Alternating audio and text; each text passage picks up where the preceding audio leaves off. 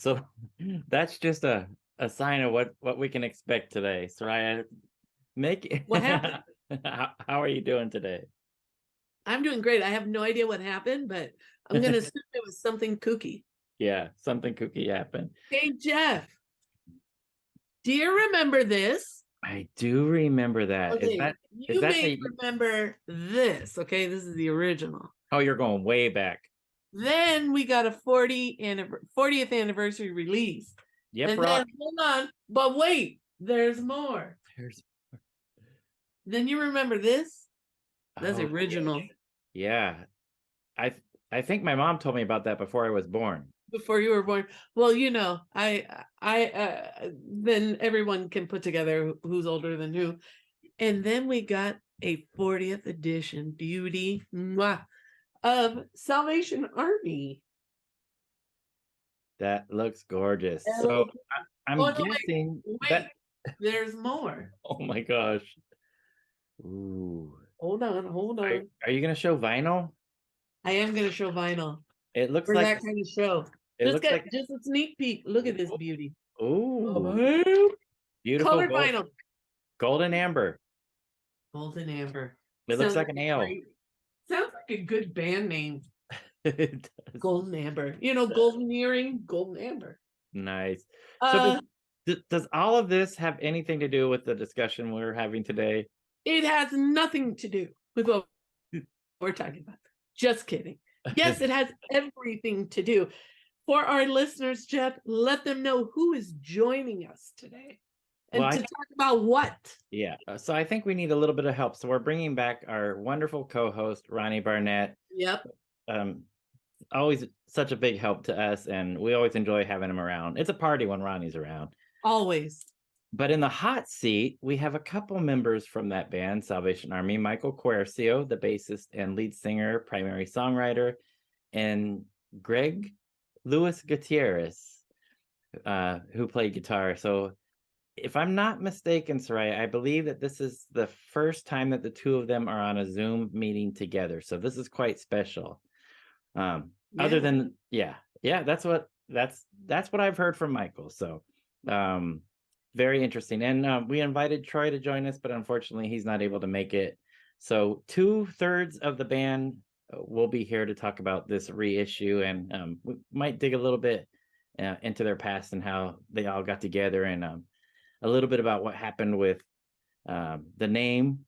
So we know that they had we've heard on a couple occasions a little bit about what happened with that. But since we're talking Salvation Army, we'll go there, and who knows what Ronnie's going to bring up. We never know. So we've done very little to prepare for this as far as working with Ronnie. So on this particular topic. So we'll see. You never know what we're going to get. So looking forward to hearing from Michael and Greg Lewis and about Salvation Army. Absolutely. So let's get started.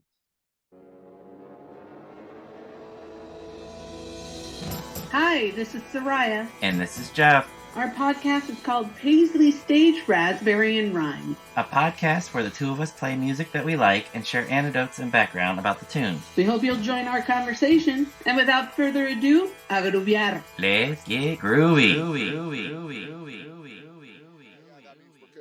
That means it's happening. All right, Soraya, you want to get us started? Yes. So for all our listeners, joining us today, guest host Ronnie Barnett, but also two members of Salvation Army, Michael Quercio and Greg Gutierrez. So thank you all. Yeah. Oh, look at that beauty. Ooh. And I hold this up because Yep Roc re-released this. It was a 40th anniversary re-release of the single. Happen 4 hours fight song. And then they gave us this. And it was another anniversary re-release of the Salvation Army. With that little curious. Yeah, and those of us in the know.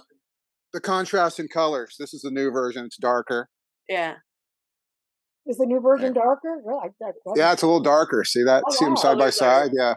Interesting. But the back? That's the new back. So yeah, it's a little. Let's Do you do the know where that contrast. picture was taken? Do you see the picture? Yeah. That's from a backyard in Hollywood. What was Mary? Her name was Mary. She's famous. She's like a photographer or something. Mary Lewis. That was the night that El Duce threw up on me. Yeah, I remember. Yeah, it's the same night. And we took, Intentionally. later on, Ed Culver took us to the backyard to take pictures after I got the vomit off of my shoes.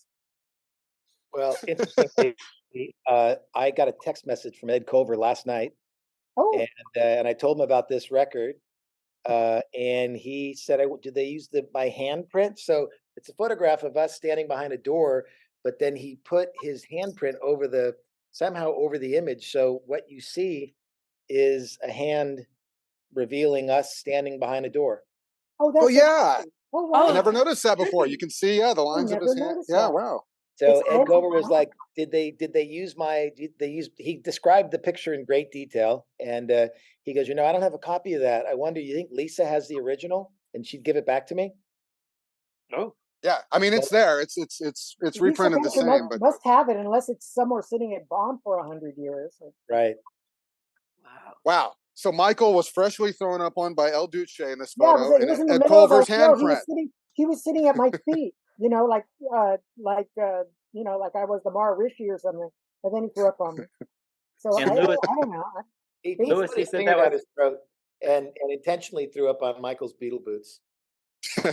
They weren't Beetle boots. They were like these cool kind of like school kid shoes I got at the thrift store or something. Something with horns or something. But anyway, they were cool. Louis, can you share with our listeners how you came to be a part of the band? Sure. I feel like I'm having deja vu all over again.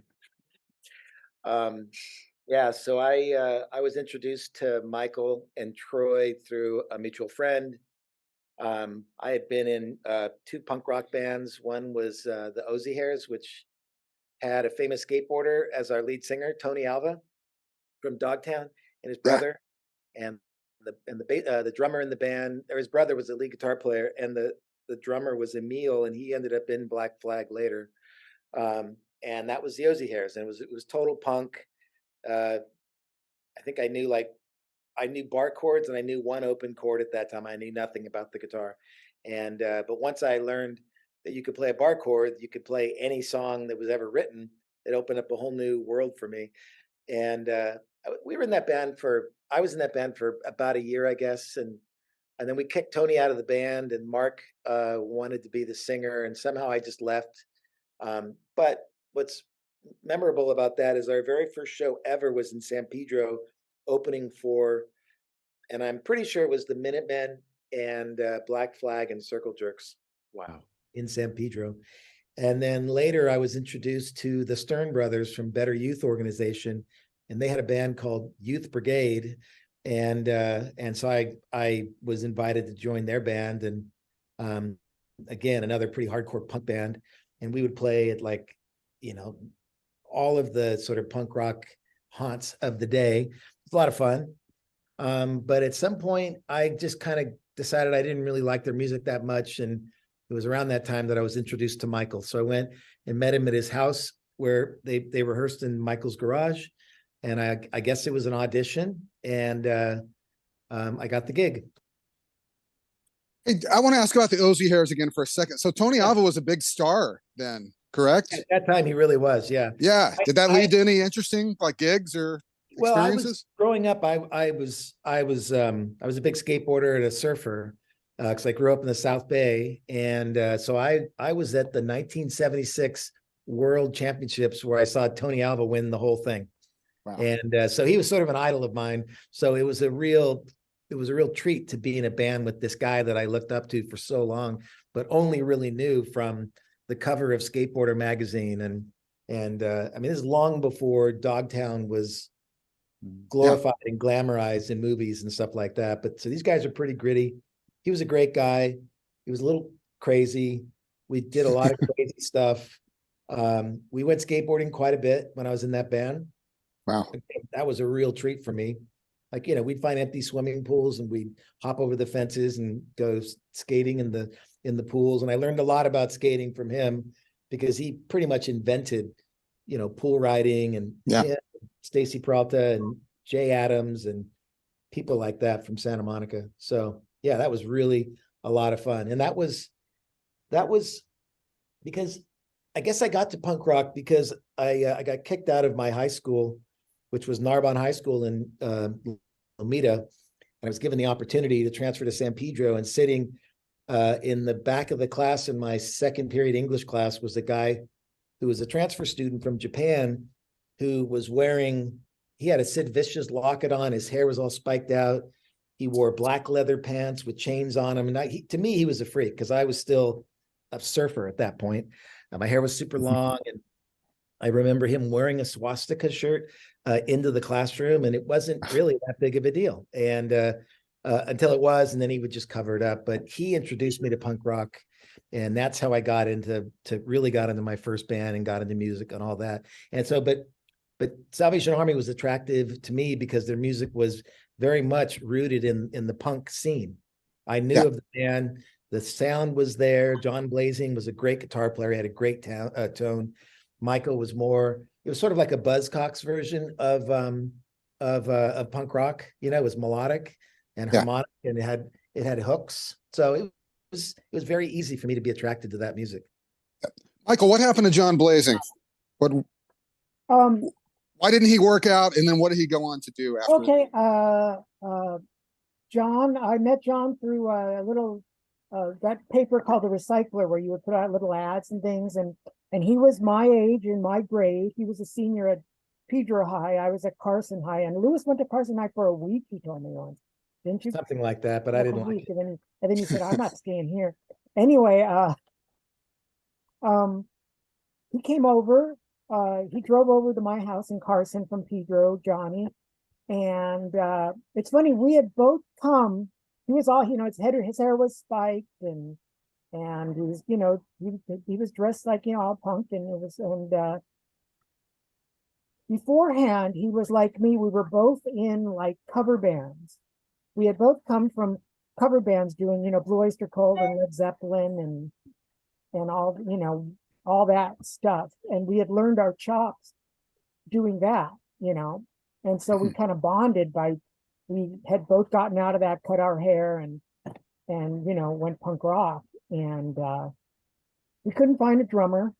Him and I would sit and I'd show him my songs and stuff. And we had Troy come and audition because Troy went to my high school, Carson. And I saw him one day just dressed, I had known him a couple of years before when I first started, and he had long hair and everything.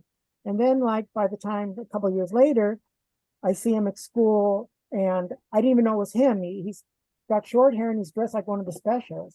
And I'm like, who's that guy? And under his arm is the Jam's Setting Suns album.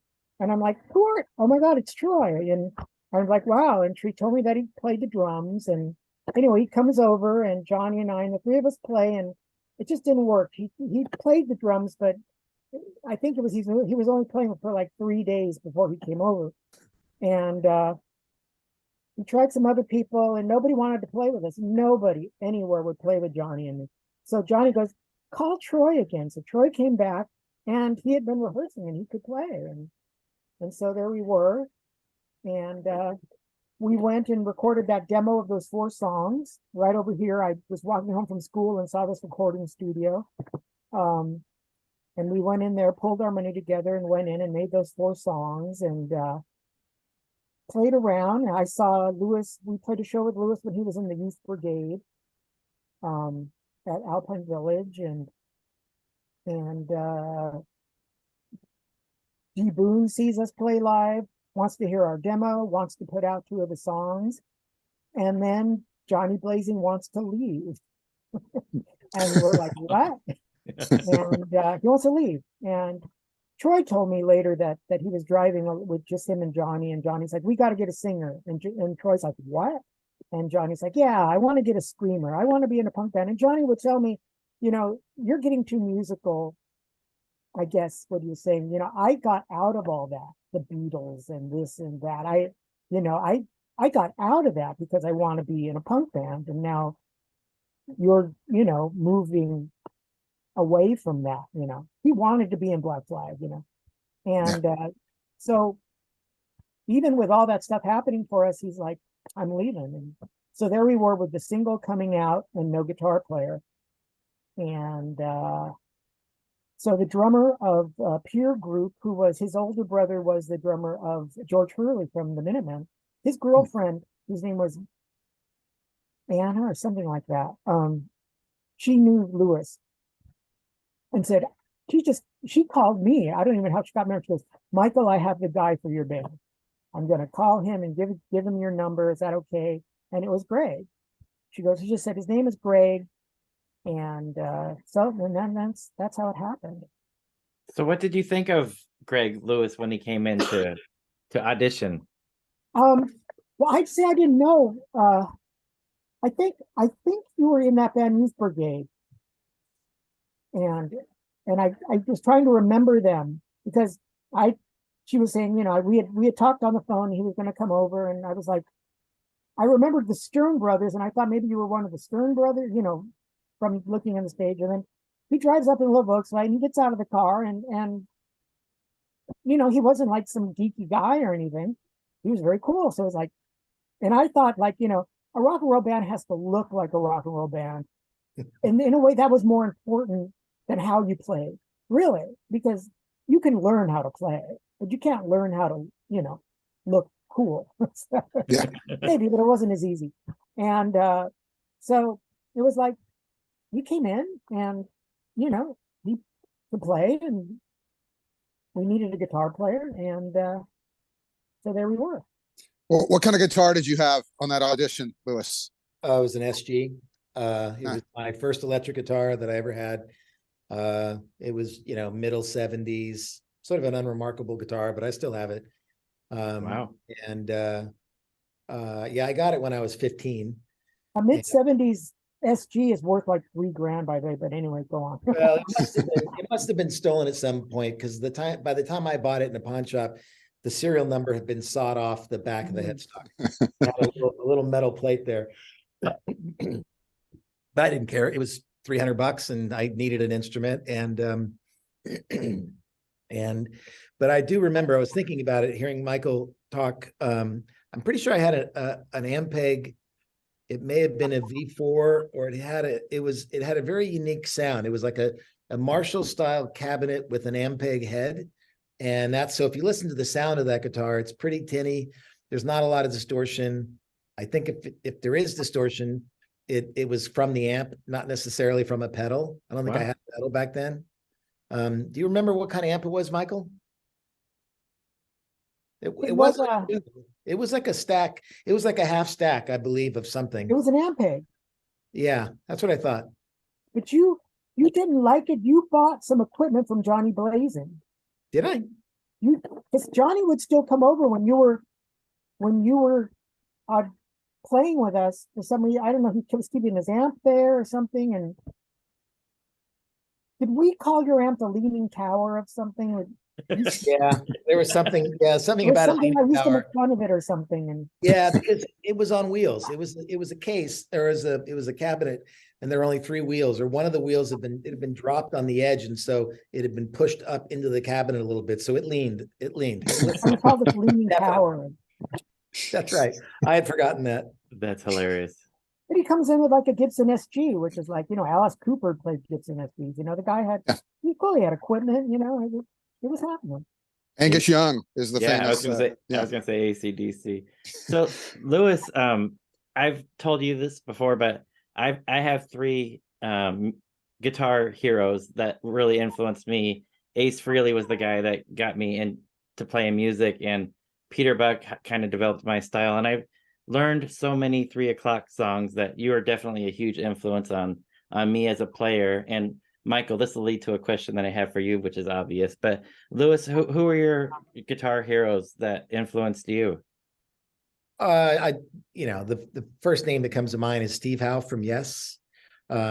He's a very articulate guitar player, very deliberate, not a lot of just rambling solos. He seemed very deliberate in the way that he played, and his parts were always sort of thought out, somewhat orchestral. If you go back and listen to a lot of his stuff, and I love classical music, and he did Mood for a Day, and he did a couple of other acoustic songs along the way. I knew I could never play like him, but I sure loved listening to the way he played. So I'd have to say he was probably the single biggest influence. But later it was Robbie Krieger from the Doors, and Wow. Obviously George Harrison, John Lennon for Attitude. It's like it's hard to pinpoint it to one, but it really did. I think it kind of started with Yes, because I'm 4 years younger than my next oldest sibling, and I'm the youngest of five. So I was born in 1962. So in the 1970s, when I'm 10 and 12 and 14, they're listening to all of these British super arena rock bands, and the Rolling Stones, of course, and all the bands that were really popular, the Eagles. So I didn't grow up with punk rock music. I really did kind of grow up with arena rock and very large. I don't know. I mean, I didn't know how else to listen to music because I didn't have a record player. My brothers did. I just listened to whatever they listened to. Oh. Yeah. So Michael, same question.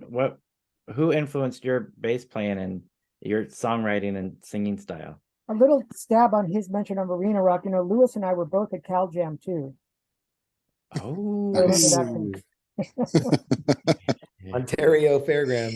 Together? You guys went together, No, or no. no, He no. just said he was there, and I was there with a bunch of friends I was still in junior high, and obviously he was too. But I Yeah. didn't have any older brothers. I had older cousins that would give me their records, and we'd go to Ohio to visit them, and that's how I got all the Bowie records and all that sort of stuff. And Todd Rundgren, my one cousin used to hang out with Todd Rundgren when he'd come to Cleveland, so I wow. had that influence. And I was always buying records as a little kid, a little 45, and then one summer I went with my dad to visit his relatives in Massachusetts, and I met my cousin Peter, who was 2 years older than me. I was 13, he was 15. He had a motorcycle. He was like I don't know, whatever 70s movie star on steroids. And he had he was Matt Dillon on steroids. He looked like Matt Dillon, and he drove a motorcycle. And he had the most amazing record collection already. And I was so impressed that when I went home, I had to have Kiss Destroyer. I had to have Aerosmith Rocks. I had to have everything that I saw him have in his collection. And then I met a kid in school whose older brother was into this band called T-Rex, and he would go on and on about this band T-Rex, and I got into them, and I started collecting their records like you would collect comic books, and we'd go to concerts. And then on the radio, he told me, you got to listen to the station KRO2. There's this DJ at night that plays, and that's where I started hearing the Sex Pistols, and so I had to have all those records, and I'd get rides from my dad up to Hollywood to buy the 45s, and so here I am. So How did you? So here I sorry. am. How did you gravitate to playing bass though, Michael? Because I asked my father for a bass when I was 14, but as we all know, most kids want to play guitar or drums. I was in junior high school I guess it was the seventh grade, and I'm in a music appreciation class. I had signed up for this, that sounds easy. It was the most boring thing on earth. It was positively purgatorial. I took that same class at Narbonne High School. The second day I was like, God help me, this thing is horrible. All of a sudden, through the door in the middle of class comes this teacher from down the way, and it's like, I need people to play in the orchestra. Anybody here want to be in the orchestra? The class is the same as this one, this same time and everything. You just have to switch doors or whatever. And right away, I was like, anything to get out of here. So I remember, and then we walked in to the new class, and everybody's playing the violin or something, and he's like, well, what do you want to play? And I'm like, I'd never thought about playing the violin. And then he goes, why don't you play the viola? It's like a tenor violin, like a big fatter violin. So I go, okay. if that gets me out of that crummy class, I'll play whatever you want me to play. So I started playing the viola and I thought it was cool. And I started learning how to read. And then I met, like I said, I met my rock and roll friend who was in that orchestra. And he's like, you got to play bass, man. We got to start a band and you got to play bass. So I switched over to the big classical bass with the bow. Mhm. And then from there, my dad got me an electric bass. And that's where that started. Wow. So your style is, you're very melodic in your playing. I'm classically trained. Oh, Well, technically. Yeah, yeah. junior high level classically trained. Exactly. But yeah, but a lot of bass players will just hold down, or maybe stay on the root note or do a fifth. But Don't talk you're- about me like I'm not here, Jeff. All right. I got a little music teacher apart from being in the orchestra, and both of them really taught me about the Bach, like Mel Bay, you know, Oh, Oh yeah. you know, Ronnie, the Bach, Oh yeah. the Yes. scales. And then Yep. when I learned the scales, it just opened me up. And when I started listening to Paul McCartney, I was like, it's all scales. It's scales, man. Yeah. So I started learning them. And I was like, and then when I was in bands, I was like getting bored with going thump, thump, thump.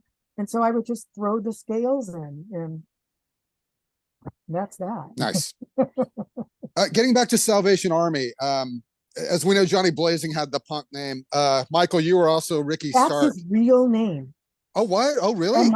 And my Oh. little friend from school's name was Jimi Hendrix. So I'm always surrounded by people with really cool names. That was his real name. Yeah. wow. Wow. Yeah. Wow. Yeah. Johnny Blazing. Well, John Blazing was Wow. it's actually just a German name, Blazing. So a born punk rocker. Okay. Yeah, Well, you born punk decided to rocker. go under Ricky Stark. Why did you decide to go under Well, that name? I didn't like myself. I didn't like my name. Who could say Quercio, whatever.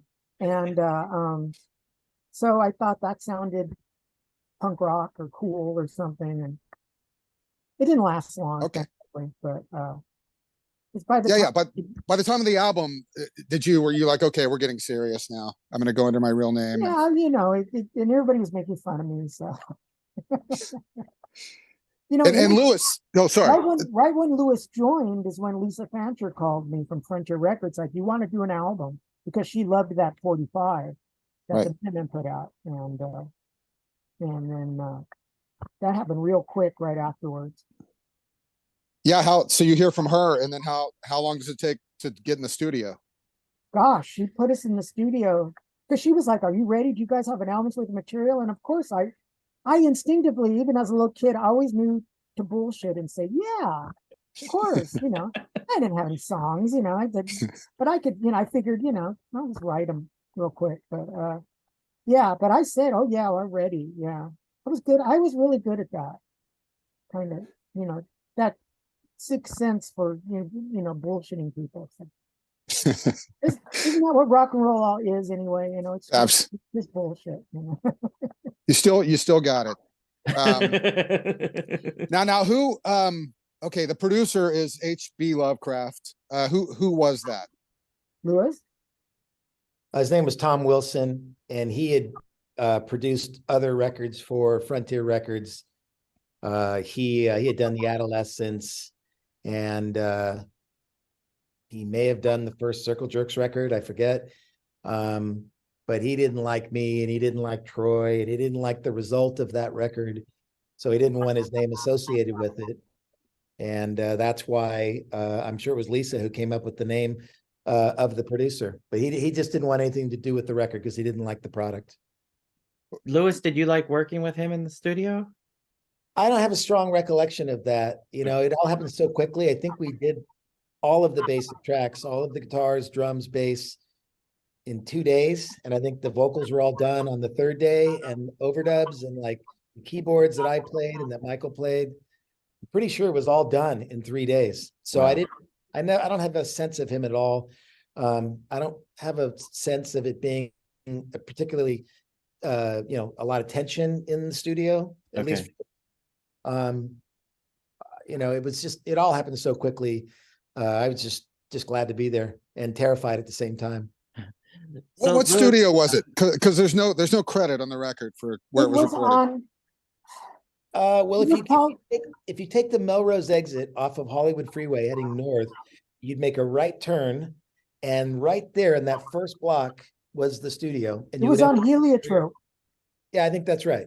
and I think it was called the Mad Hatter or something like that. Or Hmm. later on, years later, I went to like some rave, like some big rave thing or something in the later 80s, and it was that studio. It was all gutted, and I was like, wait a minute, I've been here before.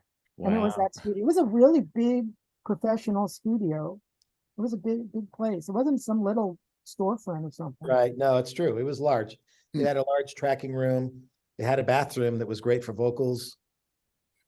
I sang in the bathroom because I had read that Mary McGregor did Torn Between Two Lovers, and that she insisted on singing in the bathroom, and like others, like Jim Morrison sang in the bathroom. So you got to understand here, I wasn't playing with a full deck, but so I decided that I had to sing in the bathroom. So there I was singing in the bathroom. Nice. And then Tom Wilson, of course, he was mad about that. He was angry about that, but I insisted. So Mary Lewis- McGregor, oh. big influence on the Salvation Army. Yeah. You heard it here first. Yeah. Lewis, I was wondering about the songwriting process when Michael brought in these songs, and relatively quick, I guess, after Lisa invited you guys to record an album. What were your thoughts about his songs, and what was your input into like writing the guitar parts? Were you just playing along with what Michael had, or? No, he would, because he didn't play guitar well or much at all. He was very good at scales and writing on the bass, and he wrote all the songs on the bass. He would fill in all those holes instead of just resting on the root note 1 4 5 or whatever. He would fill in all these gaps, and so that's what he would present to me, if I remember correctly. And at that time, I was discovering, discordant sounds and dissonant sounds and open strings, and so I would just find a way to make my guitar chords conform to what he was doing. So there wasn't a strong sense of major or minor chords, but there's a lot of open chords that ring out. And you can hear it if you listen to the guitar playing. So I would just listen to the songs, learn the songs, and just come up with parts along the way that I thought complemented what he was doing, and also complement the vocal at the same time. It was a very interesting process from the very beginning. Nice. So I guess we should mention the band name. That didn't last too long. I mean, it didn't last too long after this album or even before the album came out. Well, we couldn't think of a band name, and I thought, well, if Red Cross can be Red Cross, let's be the Salvation Army. It sounded better than Goodwill. So I wanted to be some charitable organization too. So I thought Red Cross was good. Who didn't think Red Cross was cool, So Right. That's interesting you say that, Mike, because we could have been St. Vincent de Paul, right? But isn't there now like a really hot female guitar player named St. Vincent? yeah. Yeah. So, you were way ahead of your time, my friend. Yeah. And it had the word army in it, and when all the punk bands were army something, or or war. Red something. Army and So it just sounded Black okay. Flag. And it didn't dawn on me that it belonged to somebody else. I mean, hello, but Yeah. And Lisa never brought that up either. Like, no, yeah. no, it was like, which is odd because record companies say, yeah, she never, she made that record cover with the big title on it. Yeah. And the only reason the organization saw us, it knew about us, is because there was a big sign on the whiskey.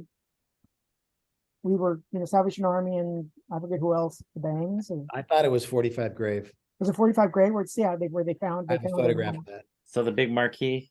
Yeah. Whiskey. But that also speaks to the thinking, the ambition of the band was not grand, right? So by very virtue of the fact that Michael is saying, Red Cross, why not the Salvation Army? Never thinking that we would get their attention, just goes to show you that we weren't really thinking beyond the garage parties, and that sort of thing. Alpine Village came along, Rodney Bangenheimer came along, and it all just sort of blossomed in a very fast way, like in a very short amount of time.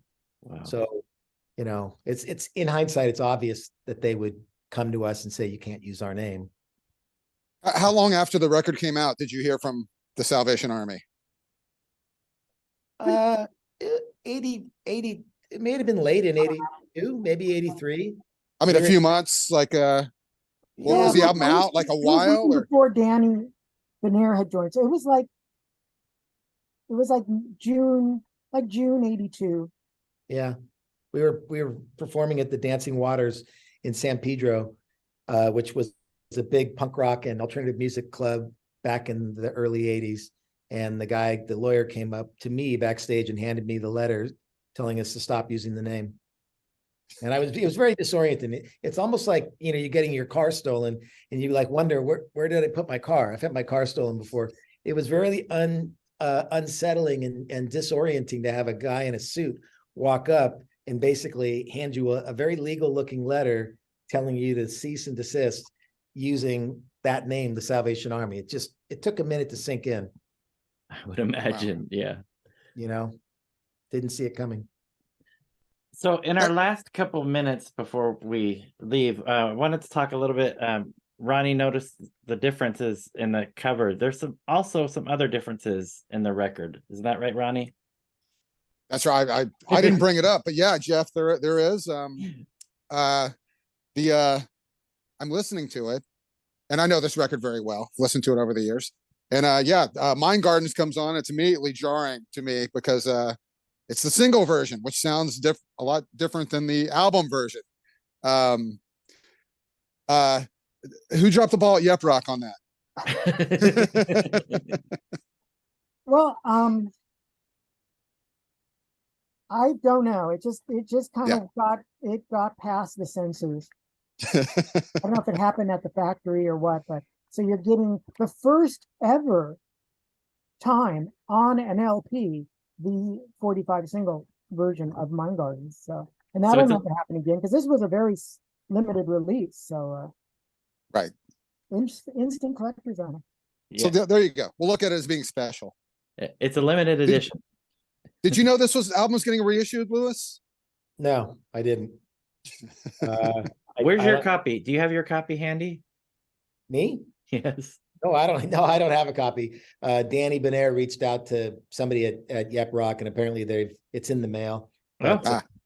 Now that I've spoken with Ed Culver, I'm going to try and get him a couple of copies too, because I know he'd really like to have it. He's a very interesting guy. I mean, he's working on his third photojournalism book of punk rock and just alternative music in the LA scene from like, I don't know, late 70s all the way through bands like Poison and Rat and bands like that. I mean, he was really right there all the time. And there were other photographers that were as present, but nobody as sort of penetrating as Ed Culver was. And I've been to his house. He lives in Highland Park. His first book is called Blight at the End of the Funnel.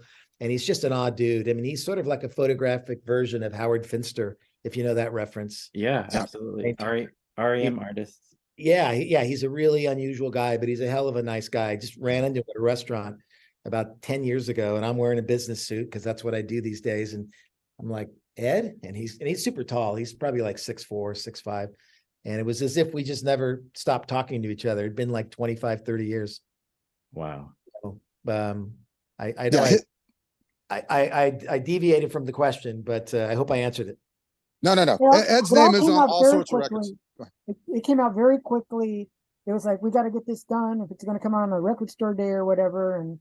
And I just kind of said, okay, and made these decisions. And then, so getting a hold of everyone and kind of getting them involved, it didn't happen for the Salvation Army. Oh, getting back to Yep Roc. No. Yeah. I generally am removed from those types of conversations and decisions.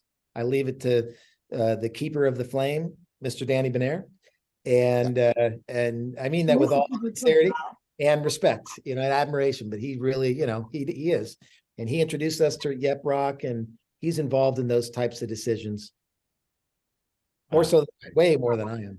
Yeah. Well, it looks like we only have a few seconds left, and I really wanted to thank you guys again for coming back. We didn't mention that this is it's a redo since the first version didn't record. The So red light is on. The recording light is still on, right? indeed. But I wanted to thank you guys so much for coming on. Thank you, Ronnie, and thank you, Lewis and Mike, course. both. Thank you for Thank you, for guys. having Great having seeing you all. Yes. Yeah. Thank you so very, Thank very you. much. Yeah. And we recorded this time. Yay! Thank God. Well, let's talk again next Wednesday anyway, huh? This is fun. Thank you guys. All Thank right. you. I Bye, you appreciate it. guys. Yeah. Bye-bye. Never forget again. Bye bye. I'm gonna record even when we don't want to be recorded. So the I'm Right. gonna record all day. yeah. All right. 2 quotes. 2 that Yeah. stood out. It's all scales. It's all scales, man. Who knew that Michael Quercio could synthesize playing rock music too? It's all scales, man. Who Well, knew? all bass players, Soraya. No. Sweet Jesus. If I'd have known that, I would have continued with my Yeah. music class that I know. I felt bad. I wanted to apologize to you, Soraya, for all the technical stuff we got into there. But No, I liked it. I liked it because I had a question. But Yeah. the other quote that I wanted to bring up is from Ronnie Barnett, and he goes, "You heard it here, folks. Mary McGregor influence on the Salvation Army." Okay, but my question here for the two of you, since you guys play, is the point that Lewis brought up about the distortion coming from the amp and not from a pedal. I mean, is that pretty much general for punk rock? I mean, remember, I don't know nothing about nothing, but is that pretty much the essence? Well, I'm barely a notch above what you, Soraya, when it comes to knowing technical stuff about this. But if you hear a hum in your amp, you start checking chords and pedals and yeah, whatever. So that's all there is to that. Like that's why he said it wasn't the pedal, because he checked the pedal. So there's some hum in his amp, which again, you're only going to hear that between songs, right? When you're playing like loud guitar, Right. you're not going to hear that hum. Got it. Yeah. But I didn't know But, if he was talking about that or actually like the gain or overdrive. So to give it that little grittiness. I don't know a whole lot about that either. I mean, Yeah. everybody that I know intentionally wants distortion, so they get a pedal that says distortion right on it. Right. But I know D Boone, for example, he would do all treble and turn down all of his bass, and it would overdrive, so it would have that, it would break up the sound of the guitar so it wouldn't sound Yeah. clean. It would have that little bit of distortion, but there's that part of it too. So I would have Kim do the dials on whatever amp yeah, I was using. So yeah. my buddy does that for me too. So I'm kind of But in the same yeah. boat as you, Ronnie. But it's interesting you mentioned all the treble and the clean, because Lewis and him talking about Steve Howe and stuff. They're all clean guitar players, right? They're not; those guys don't play through a lot of distortion and stuff. And, Right. And like I said, well, as the listeners know at this point, that was round 2. And yeah, in the talking about Steve Howe, like I said in the first one that like he's actually more influential on punk than you know. Like one of the biggest Steve Howe disciples is Bob Stinson from the Replacements. And if you listen to the Replacements, you'll hear it now, Jeff. Listen to his solos. It's pure Steve Howe licks. Really? Yeah. Let's listen to some Yes. Replacements tonight. You'll see what I mean. Wow. But I'm glad the guys agreed to do it again, right? You guys, because Yes. we got some stuff out of them today we didn't get in the first one, and there's some stuff in the first one that we didn't get today, but I think we hit the important parts. Yeah. I feel like the second session actually went over a little bit better. So like you Yeah, said, no, I do too. if we do this every Wednesday, by the time we get to the summer, we're gonna have this nailed down with Salvation Army. So I think so and too.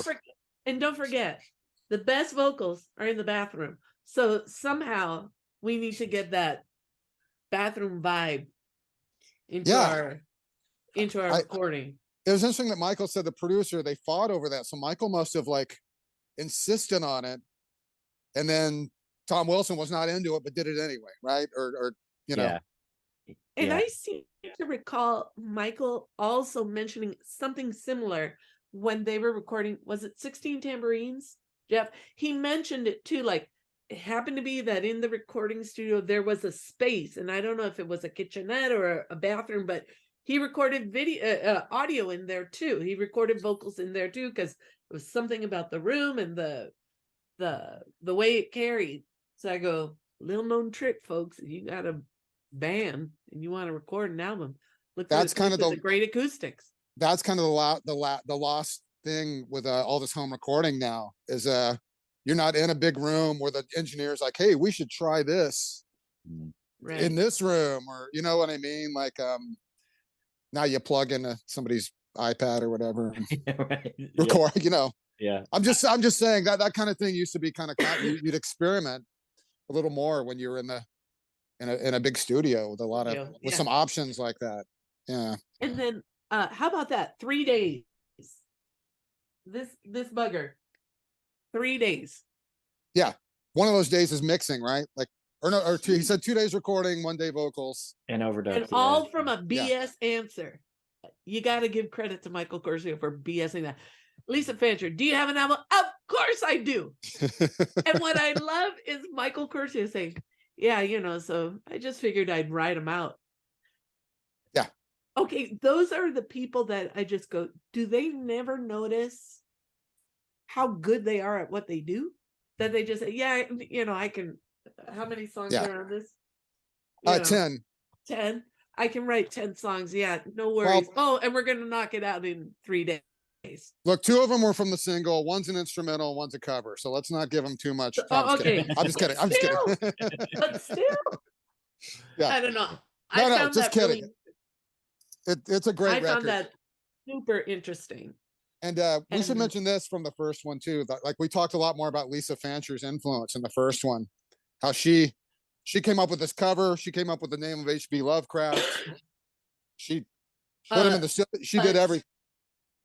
Yeah, the detail of the hand. Yeah, the detail of the hand is incredible. I never noticed that. Yeah. Yeah. That is so wild. But yeah, Lisa Fancher would make decisions and then tell the band what she did.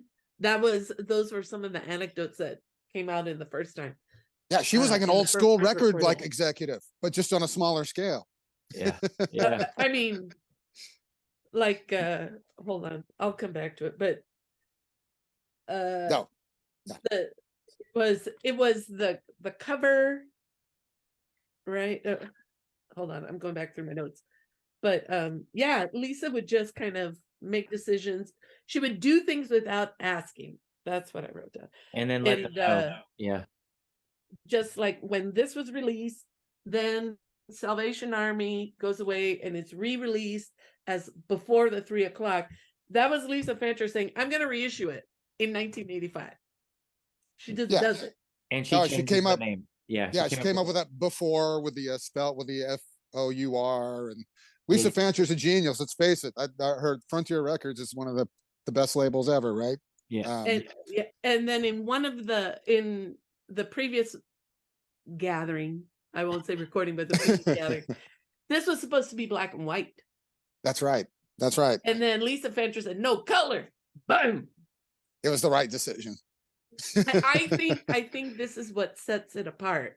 Yeah. I mean, not that we know it like this, so it's hard to like go back and imagine, you know, of course we're not going to like it any other way, right? At this point.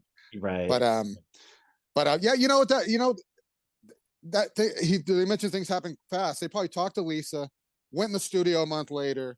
This album was probably in their hands a month and a half after that. You know what I mean? That's how quick things would happen then. You weren't like, you have to do this setup, like, well, the press needs it 3 months ahead of time, and you got to set this date, and blah, blah, blah. Like this came out as soon as they got it or whatever, you know what I mean? Those are the days. And that was also the philosophy, I think, of Lisa Fancher, of constantly striking while the iron was hot.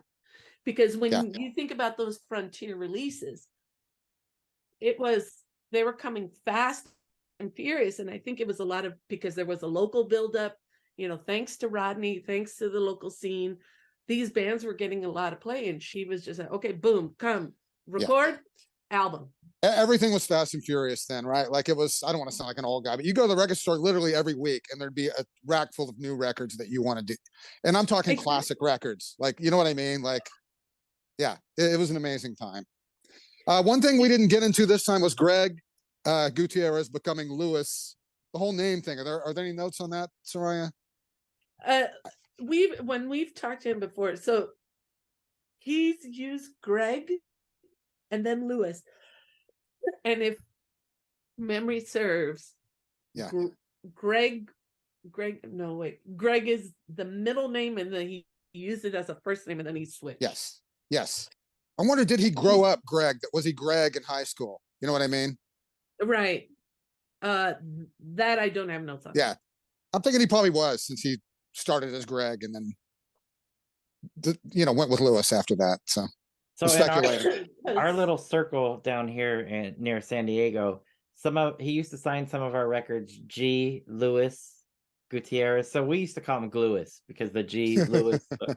In our little circle, he was known as Glewis. So nice. Hopefully that doesn't probably get good you didn't bring that up. Yeah. No. Just between us three here. Yes. Just between us and no one else. No one's listening. Yeah. And then I did want to mention personally, and we did talk a little bit about that. Lewis brought it up that Michael had came up with the locking groove at the end of Going Home, where you play it, and I think they were influenced by Sgt. Pepper's, they might have said, where at the end, and I think Lewis was telling us that Michael did some shakers and stuff, and then on the original pressing, the needle just gets stuck in this groove, and it's an endless loop, and they didn't do that on the reissue for whatever reason. I don't know if nobody knows. They didn't. Look, let's face it. They didn't notice they were using the wrong version of Mind Guard. So much less are they paying attention to having a locked groove. Sorry. Well, then it's. Go ahead, Ronnie. No, I just want to say David Bowie Aladdin Sane has a great lock groove at the end of it too. There's a lot of them out there, but go ahead, sorry. All I was going to say is something that we weren't able to reiterate this time around, but in the first go around, is that this is going to get another remastered release, thanks to the great Bill Inglot, who and then we were given a date, but I can't confirm it yet, of April 23rd, another record store day release. Yeah, I think that date is for the Burrow Codown. Burrow Codown is coming out, and so is 16 Tambourines. So I had written down 3 o'clock and Salvation Army, all remastered. Bill Inglot has remastered the catalog. So we'll We'll see how that happens. I don't exactly. Yeah, but that's what we were told last time. Yes. Yeah. And that only includes up through Arrive Without Traveling. I believe. Yeah. They would own the other stuff and not the major label stuff. Right. So. Yeah. Oh. Yeah. And then Ronnie, something that came up very unexpectedly during our first session was when you asked Lewis about his impressions of Vermilion, which was. I forgot that last time. Yeah, this time. So, do you happen to recall Lewis's response when? I do. I said, Lewis, have you heard? And what do you think of Vermilion? And he said, I've not heard it. I certainly didn't buy it. And Michael looked a little uncomfortable, but I know that's a polarizing record, but I'm obsessed with just the story of Vermilion. You are, yes. I just the whole story, how it came about, Prince, major labels. It's just one day I would like to do a comprehensive Vermilion episode. Yeah. Yes. So that is something that we've definitely talked about, and we know that Danny is definitely interested in that. Oh yeah, no, I've mentioned it, Danny. I envision it to like the Grammy Museum with a panel.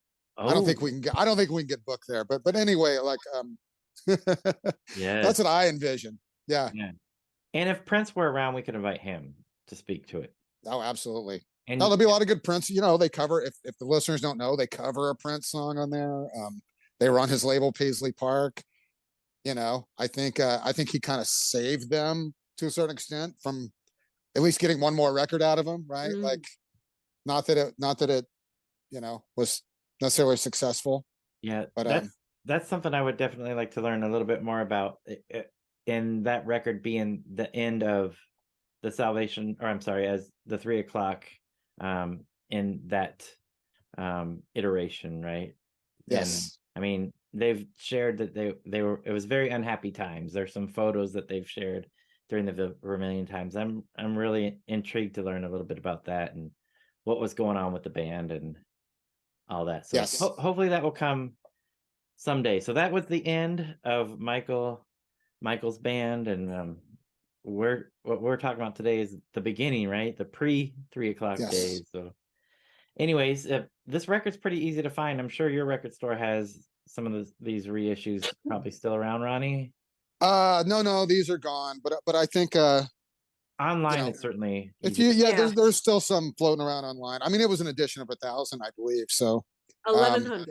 1,100. So find it now, folks. But they're still out there now.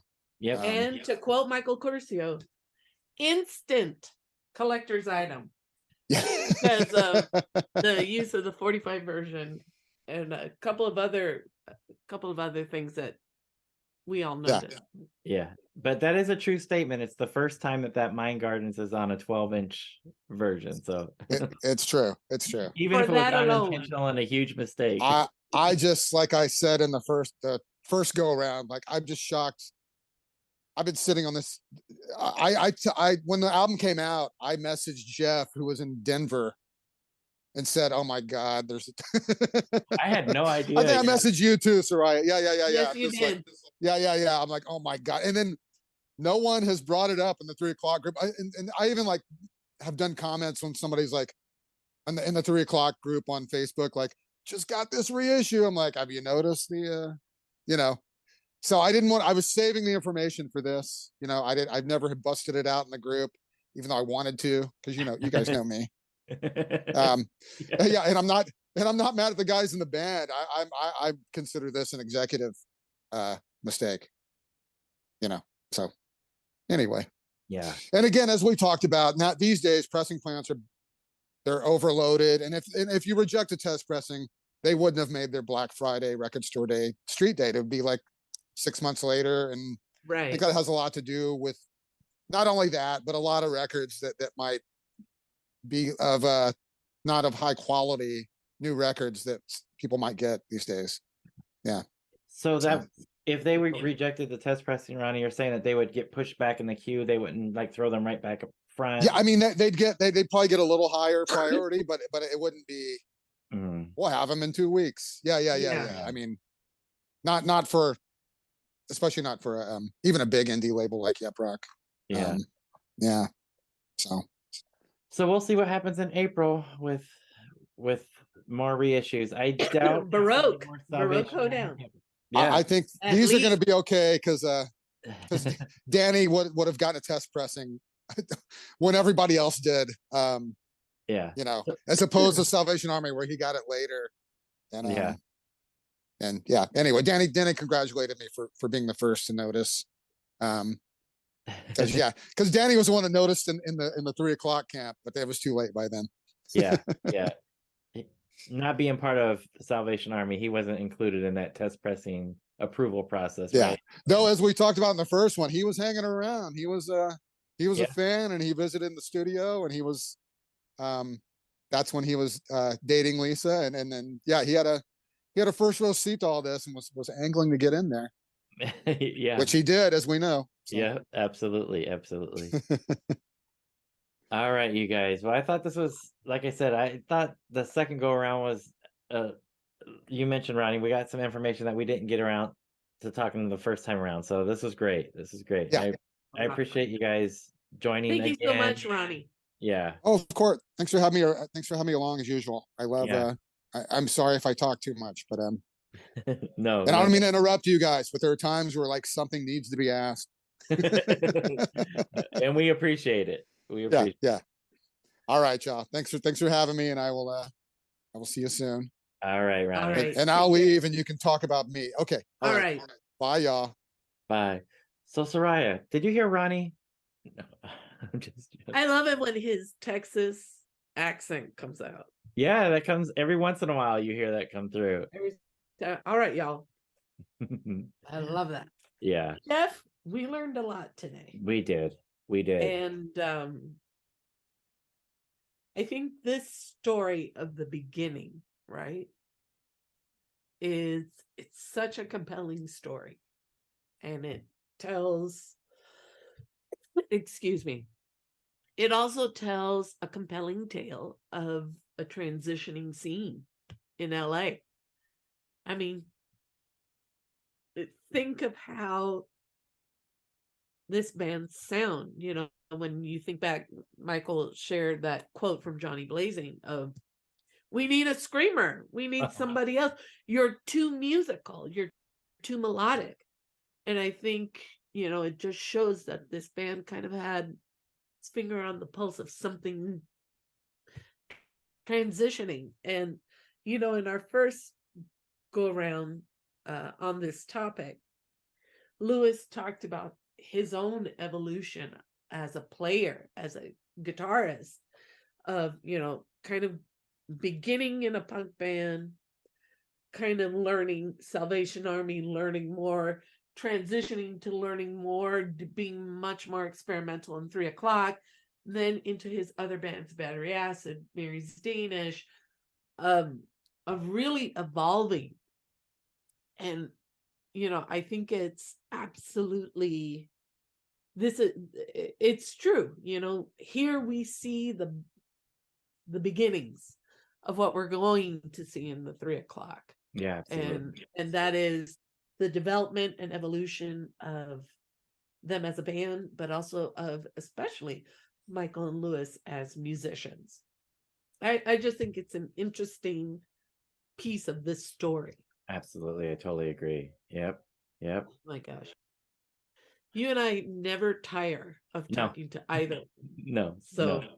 you know, it's always fun. Absolutely. All right, mi gente. Agruviar. Groove on, Paisley people. We recorded it.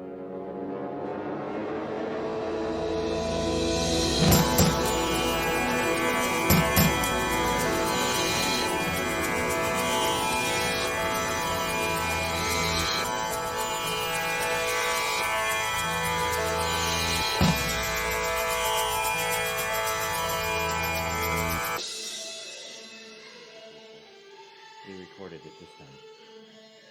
It's all the scales, man. It's all scales.